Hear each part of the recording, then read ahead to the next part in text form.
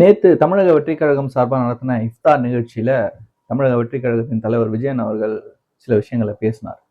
So எல்லோருக்கும் ரம்ஜான் வாழ்த்துக்களோட, சில தேர்தல் நிலைப்பாடுகளையும் அந்த இடத்துல சொல்லியிருந்தார். ஏன்னா, அவ்வளவு அவதூறுகள், பொய் செய்திகள், செய்திகள் அதாவது வதந்தியா வர்றத செய்தியா பார்த்திருப்போம். ஆனா செய்தியே வதந்திகளா வர்றத இப்பதான் நம்ம பார்க்குறோம். அதுவும் எல்லாருக்குமே புதுசா இருக்கு. ஒருவருடைய தனிப்பட்ட வாழ்க்கையில அதுல நடக்கக்கூடிய அந்தரங்க விஷயங்கள்ல, அதுல நம்மளுக்கு தெரியாத விஷயங்களே இருக்குமோ அப்படின்னு யூகங்கள் அடிப்படையில போட்டு அத ஒரு பக்கம் வதந்திகளா செய்திகள் சேனல்கள் பண்ணிட்டு இருந்தாங்க. அத தாண்டி இந்த கூட்டணி கணக்குகள்னு 4 பேர உட்கார வச்சுட்டு இவங்க பேசுற விஷயம் இருக்கு இல்லையா? நானும் அந்த 4 பேர்ல ஒருத்தரா உட்கார்ந்து பேசியிருக்கேன். அது எப்படி நடத்துவாங்கன்றது எனக்கு தெரியும். சோ அப்படி நடத்தக்கூடிய விஷயங்கள் மூலமாக திணிக்கப்படக்கூடிய சில கருத்துக்கள், இந்த கட்சி இப்படிதான் நிலைப்பாடு எடுக்கும். இந்த கட்சி இங்க போனா தான் நல்லது. இந்த கட்சி இப்படி செஞ்சா தான் ஜெயிப்பாங்க. இந்த கட்சி இப்படி போனா தோத்துரும். அப்படின்னு சில விஷயங்கள அவங்களுடைய எக்ஸ்பீரியன்ஸ வச்சு, அவங்களுடைய நாலேட்ஜ வச்சு, அவங்களுடைய இன்டென்ஷன வச்சு திணிக்கக்கூடிய பல வேலைகள இந்த ஊடகங்கள் ரொம்ப நாளா செஞ்சுக்கிட்டே வருது. இப்ப சமீபத்தில தமிழக வெற்றிக் கழகம் தொடங்குனதுக்கு அப்புறம் இந்த 2026 தேர்தல நோக்கி அவர்கள் மேல வீசப்படக்கூடிய கற்கள அவர்கள் படிக்கட்டா பயன்படுத்தி கொஞ்சம் கொஞ்சமா மேல வந்துட்டே இருக்காங்க. ஸோ 234 தொகுதிகள்லயும் தனித்து நிக்கிறோம் அப்படின்றத உறுதிப்பட நேத்து விஜய் அண்ணா சொல்லிட்டாரு. அதுக்கு ஒரு நாள் முன்னாடி ஆதவ அர்ஜுனா அவர்கள் கொளத்தூர் நடந்த பொதுக்கூட்டத்தில் பேசும்போது அங்கேயே சொல்லியிருந்தாரு, 234 நம்ம தான் நிக்க போறோம், மக்களோட கூட்டணி அப்படின்றத அதையும் நேத்தும் உறுதிப்படுத்தியிருக்காரு. ஸோ இது ஏன் உறுதிப்படுத்தினதை நம்ம திரும்ப திரும்ப பேசணும் அப்படின்னா, யார் வாயிலிருந்து வருது அப்படின்றது இல்லையா? இப்போ தாவேகாவுடைய ஸ்போக்ஸ் பர்சன்ஸா பேசக்கூடியவர்கள், அண்ட் தென் தாவேகா ஆதரவு நிலைப்பாடுல எங்களை மாதிரி ஆட்கள் பேசக்கூடியவர்கள் சொல்லக்கூடிய கருத்துக்கள் எந்த அளவுக்கு மக்கள்கிட்ட போய் சேரும் அப்படின்றது மிக குறைவு. அதுவே விஜயண்ணா மாதிரி ஒரு லீடர், இந்த பார்ட்டியோடைய ஒன் அண்ட் ஒன்லி ஃபேஸ், அவர் சொல்லும்போது அது கண்டிப்பா அதுக்குடைய வெயிட்டேஜ் கிடைக்கும். எப்படி விக்கிரவாண்டி மாநாட்டுல ஆட்சியிலும் பங்கு, அதிகாரத்திலும் பங்கு, வருபவர்களுக்கு கூட்டணியில் மரியாதை உண்டு அப்படின்னாரோ, அதுக்கு முன்னாடி ஒரு வரியை சொல்லியிருந்தார். அதை நம்ம திரும்ப திரும்ப முதலிலே சொல்லியிருந்தோம். தனித்து ஆட்சி அமைக்கும் வல்லமை நம்ம கிட்ட இருந்தாலும் தனிப்பெரும்பான்மை நம்ம பெற்றாலும் நம்மோட கூட்டணி வரவங்களுக்கு ஆட்சியிலும் அதிகாரத்திலும் பங்கு. இப்ப என்னடான்னா, பெரும்பான்மை கிடைக்கலன்னா தான் இங்க ஆட்சியிலும் அதிகாரத்திலும் பங்கு கேட்கணும் அப்படின்ற ஒரு நிலைப்பாட்டுல 2 கூட்டணிகள் அமைஞ்சிருக்கு.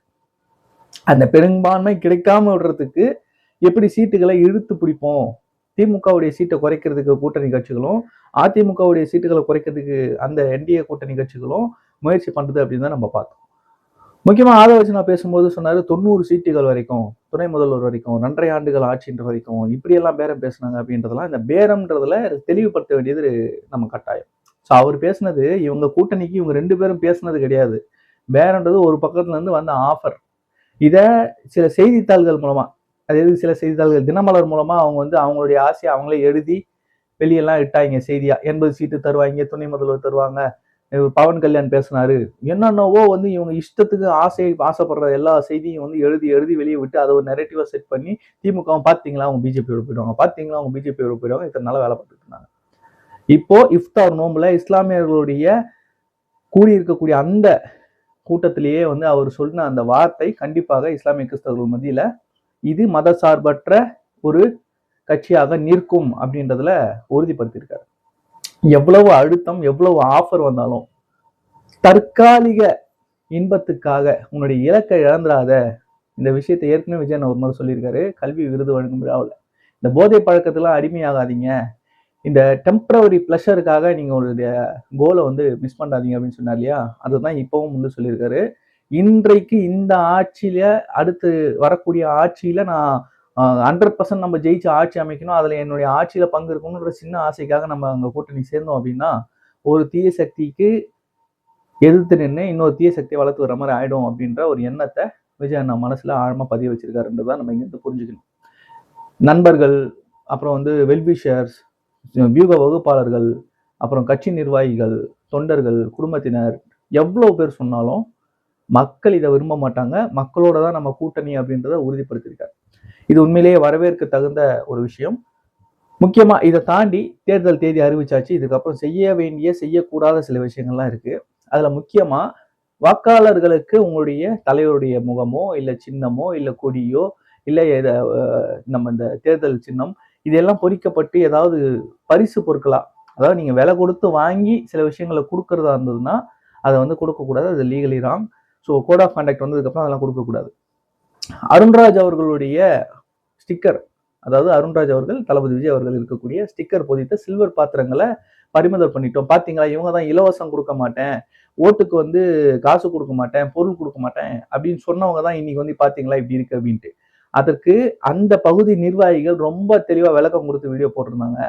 அந்த வீடியோல தெளிவா சொல்றது என்ன அப்படின்னா, இந்த பரிசு பொருட்கள், இந்த சில்வர் பாத்திரங்கள் எல்லாமே பொங்கல் நடந்தது இல்லையா, பொங்கல் விழா அப்போ இந்த கபடி போட்டி, கோல போட்டி, இந்த மாதிரி போட்டிகள்லாம் நடத்தி அதில் வெற்றி பெறுபவர்களும் கலந்துக்கிறவங்களுக்கு கொடுக்கறதுக்காக வச்சிருந்தது. இப்போ அதை கொடுக்க தேவையில்லை, அதை கொடுக்காதீங்க, எடுத்துட்டு போய் குடோன்ல போடுங்கன்னு சொல்லிட்டு அருண்ராஜ் அவர்கள் சொல்லி நாங்க எடுத்துட்டு போய் போட்டதை தான் இவங்க பிடிச்சிட்டு நாங்க பிடிச்சிட்டோம் கொடுக்க வச்சிருக்கோம் அப்படின்னு சொல்லி உருட்டிக்கிட்டு இருக்காங்க. அந்த ஸ்டிக்கர்ஸ்ல எங்கேயும் விசில் சின்னம் கிடையாது. விசில் சின்னம் எப்போ வந்தது? பொங்கலுக்கு அப்புறம் வந்தது. இவங்க இவ்வளவு ஸ்பீடா அந்த நெரேட்டிவை செட் பண்ணி, இங்க பாத்தீங்களா அருண்ராஜ் அவர்கள் அவர் ஐஆர்எஸ் அதிகாரி, அவருக்கு தெரியாத, அவரே இப்படி வந்து ஊழல் பண்றாரு, இப்படி வந்து மக்களுக்கு வந்து ஓட்டுக்கு இப்படி கொடுக்குறாரு, பொருளா கொடுக்குறாரு அப்படின்லாம் பேசிக்கிட்டு இருக்காங்க. முற்றிலும் பொய்யான தகவல், பொய்யான செய்தி. இதை பரப்புறதுக்கு இவங்களுக்கெல்லாம் கூச்சப்படணும், வெக்கப்படணும், வேதனைப்படணும். இந்த சோகால்டு நடுநிலை பத்திரிகையாளர்னு சொல்றாங்களா அவங்க. இத என்ன உண்மை இல்லைன்னு தெரியாம அறியாம ஒரு பிளாஷ் நியூஸ் போட்டாங்கன்னா பரவாயில்ல, அது ஆர்டிகலாவெல்லாம் எதிராகி அச்சு ஊடகமும் காட்சி ஊடகமும் எங்க நோக்கி போயிட்டு இருக்குன்னு தெரியல. ஸோ இதை தாண்டி மற்ற கட்சிகள் என்னென்ன பண்றாங்கன்னு பார்ப்போமா. கோட் ஆஃப் கண்டக்ட் வந்து அன்னைக்கு ஈவினிங் வேலூர்ல சதுப்பேரி பகுதியில ஒரு பொதுக்கூட்டம் ஒன்று ஏற்பாடு பண்ணியிருந்தாங்க தாவேகா சார்பில். கிட்டத்தட்ட ₹1,00,000 மேல 1,50,000 ரூபாய் கிட்ட செலவு பண்ணி தீபக் தினேஷ்னு சொல்லி நண்பர் ஒருத்தர் அதை ஆர்கனைஸ் பண்ணியிருந்தார். அந்த ஆர்கனைஸ் பண்ணது வந்து ஒரு 2 வாரமா பர்மிஷனுக்கு ட்ரை பண்ணி ஒரு 4 நாளுக்கு முன்னாடி பர்மிஷன் கிடைச்சி, அந்த பர்மிஷன் கிடைச்சதுனால மேடைகள்லாம் போட்டு அலங்காரங்கள்லாம் பண்ணி எல்லாமே செட் பண்ணி ரெடி பண்ணி வச்சாச்சு. சிறப்பு அழைப்பாளராக நம்ம supreme court judge doctor Sathyakumar sir வந்து வந்தார். ஸோ அந்த ஈவெண்ட் வந்து கோட் ஆஃப் கான்டக்ட் வந்ததுனால கேன்சல் ஆயிடுச்சு. ஆனால் வேலூர்ல பல இடங்கள்ல திமுக அதிமுகவுடைய கூட்டங்கள் நடந்தது. இந்த கூட்டம் நடக்கக்கூடாதுன்னு நிப்பாட்டின காவல்துறை, நாங்கள் ஒரு லா பைடிங் பார்ட்டி, ஸோ நாங்கள் லாவை ஒபே பண்ணுறோம், கோட் ஆஃப் கான்டக்ட் வந்ததுக்கப்புறம் நடத்தக்கூடாதுன்னு நீங்கள் சொல்றீங்க, உங்ககிட்ட பர்மிஷன் வாங்கிட்டு தான் நடத்துகிறோம், அதனால தான் நடத்த வந்தோம், நீங்கள் வேண்டான்றீங்க, ரிட்டர்னில் கொடுத்துருங்க, நாங்கள் கேன்சல் பண்ணிட்டு போகிறோம் அப்படின்னு சொல்லிட்டு அதை கேன்சல் பண்ணிட்டு வந்தோம். பட் ஆனால் டிஎம்கேல என்ன நடவடிக்கை எடுத்தீங்க, அங்கே எத்தனை போலீஸ் பண்ணீங்க, இந்த மாதிரியான பல கேள்விகள் நம்ம முன்வைக்க வேண்டியிருக்கு. ஸோ எலெக்ஷன் கமிஷனை பொறுத்த வரைக்கும் 2 ஆப்புகள் வந்து ரிலீஸ் பண்ணியிருக்காங்க. ஒன்று இ-விஜில், இன்னொன்று சுவிதா. சுவிதா ஆப் பொறுத்த வரைக்கும் ஒரு தேர்தல் போட்டியிடக்கூடிய வேட்பாளர் அவர் கலந்துக்கக்கூடிய கேம்பெயின்ஸ், அதற்கான பர்மிஷன்ஸ், அவங்க யூஸ் பண்ணக்கூடிய வெஹிக்கல்ஸ் அதுக்கான பர்மிஷன்ஸ், எந்த மாதிரியான மீட்டிங்ஸ் போட போறாங்க அதுக்கான பர்மிஷன்ஸ், ஸ்டேஜ் போட போறாங்க அதுக்கான பர்மிஷன்ஸ், இந்த மாதிரி அனுமதிகள் வாங்க வேண்டிய எல்லா விஷயத்தையும் அந்த ஆப் மூலமா பண்ணலாம் அப்படின்றத பண்ணியிருக்காங்க. ஸோ முக்கியமா நாளைக்கு ஒரு இடத்துக்கு நீங்க பர்மிஷன் வாங்கணும் அப்படின்னா இன்னைக்கே நீங்க அப்ளை பண்ணி ஆகணும். ஸோ ரொம்ப முன்கூட்டியே அட்வான்ஸாக தான் நீங்க அதை அப்ளை பண்ணி பர்மிஷன்ஸ் வாங்கிக்கணும். இது வந்து ப்ரொசீஜர். இன்னொன்று இ-விஜில்ல பார்த்தீங்கன்னா நீங்க வந்து தேர்தல் விதி மீறல்கள் அப்படின்னு நீங்க சிலதை பார்க்குறீங்க. யாராவது ஓட்டு காசு கொடுக்குறாங்க, இல்லை பர்மிஷன் வாங்காம ஒரு வண்டி வந்து இயங்குது அப்படின்னா அதெல்லாம் நீங்க கம்ப்ளைண்ட்டா அந்த இ-விஜில்ல ஃபைல் பண்ணலாம். அதை ஃபைல் பண்ணும்போது அந்த அப்சர்வர்ஸ் இருப்பாங்க, ஃப்ளையிங் ஸ்குவாட்ஸ் இருப்பாங்க, அவங்க வந்து செக் பண்ணி அதெல்லாம் தடுத்து நிறுத்துவாங்க, நடவடிக்கை எடுப்பாங்க. ஸோ இதெல்லாம் நடக்கும். என்ன பண்ணலாம் அப்படின்னா, ஒரு 4-5 பேரா சேர்ந்து வீடு வீடா போயிட்டு டோர் டு டோர் கேம்பெயின் பண்றதுக்கு பர்மிஷன்ஸ் தேவையில்லை. நீங்க ஒரு பேரணி நடத்துறதுக்கோ, இல்லை மிகப்பெரிய ஒரு கூட்டம் நடத்தி, ஒரு ரோட் ஷோ நடத்தி, ஒரு இடத்துல பிரச்சாரம் பண்றதுக்கு கூட்டத்தை கூட்டிட்டு போறீங்க, 4-5 வண்டியோட போறீங்க அப்படின்னா, ஒரு காரு, டெம்போ, ஆட்டோ அந்த மாதிரி போறீங்கன்னா, நீங்க நின்று பேசி சில மணி நேரங்கள் அங்க செலவிட போறீங்க ஒரு இடத்துல அப்படின்னா, ஒரு ஸ்பாட்ல அப்படின்னா அதற்கு பர்மிஷன்ஸ் வாங்கணும். வேட்பாளரோட ஒரு பேரணியா போய் நீங்க பிரச்சாரம் பண்ண போறீங்கன்னா எந்த பகுதியில போறீங்க பண்ண போறீங்கன்றத ஒரு பர்மிஷனா வாங்கணும். இதெல்லாம் பர்மிஷன் தேவை. ஆனால் 4-5 பேரா உங்களுடைய லோக்கல்ல வீடு வீடா போயிட்டு நீங்க உங்களுடைய துண்டுகள், கட்சி துண்டை அணிவிச்சுக்கிட்டு போயிட்டு ஒரு நோட்டீஸ் கொடுத்து எங்க கட்சிக்கு இவர் தான் வேட்பாளர் நிற்கிறாரு, அவருக்கு நீங்க ஓட்டு போடுங்க அப்படின்றத தாராளமா கேட்கலாம். அதற்கு எந்த தடையும் கிடையாது. ஆனா கூட்டம் கூடக்கூடாது, ஒரு இடத்துல எந்த ஒரு அசம்பாவிதமும் ஏற்படக்கூடாது, மாற்று கட்சியினர் இருக்கக்கூடிய இடத்துக்கு நீங்களாம் வாலண்டியரா போய் பிரச்சனை பண்ணக்கூடாது. அப்படி வரக்கூடிய பிரச்சனைகள் வந்தது அப்படின்னா அதை நீங்க ப்ராப்பரா கம்ப்ளைண்ட் பண்ணணும். இதெல்லாம் லீகல் ப்ரொசீஜர்ஸ். ஸோ தனித்து தான் போட்டியிட போறாங்க அப்படின்னா பூத் வாலண்டியர்ஸ் ரொம்ப விஜிலண்டா இருக்க வேண்டிய ஒரு கட்டாயத்துல இப்ப இருக்கும். ஏன்னா தனித்து நிற்கும் பொழுது அவங்க 2 பேருக்கும் ஏற்கனவே பல ஆண்டுகளாக பூத்துல உட்காந்து அங்க எப்படி அதை கேன்வாஸ் பண்ணணும், மறைமுகமா எப்படி வரவங்க கிட்ட வாக்கு கேட்கணும், வர வாக்கு வராத வாக்கு எதை பிரிக்கணும், வராதவங்களை எப்படி கொண்டு வரணும், எது வரவே வராத வாக்கு, இதெல்லாம் கள்ள ஓட்டு, இதெல்லாம் கண்டுபிடிக்கிற ட்ரிக்ஸ் அவங்களுக்கு தெரியும். நம்ம அதுல ட்ரெயின் ஆகணும். இத்தனை நாளா ட்ரெயின் ஆகலைன்னாலும் பரவாயில்ல.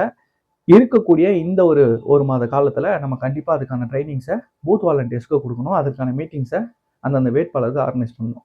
ஸோ கேம்பெயினை பொறுத்த வரைக்கும் இதுக்கு முன்னாடி ஒரு 3 எலெக்ஷன் நம்ம ஃபேஸ் பண்ணியிருக்கோம் அப்படின்றதுனால அந்த எக்ஸ்பீரியன்ஸை சொல்கிறேன்.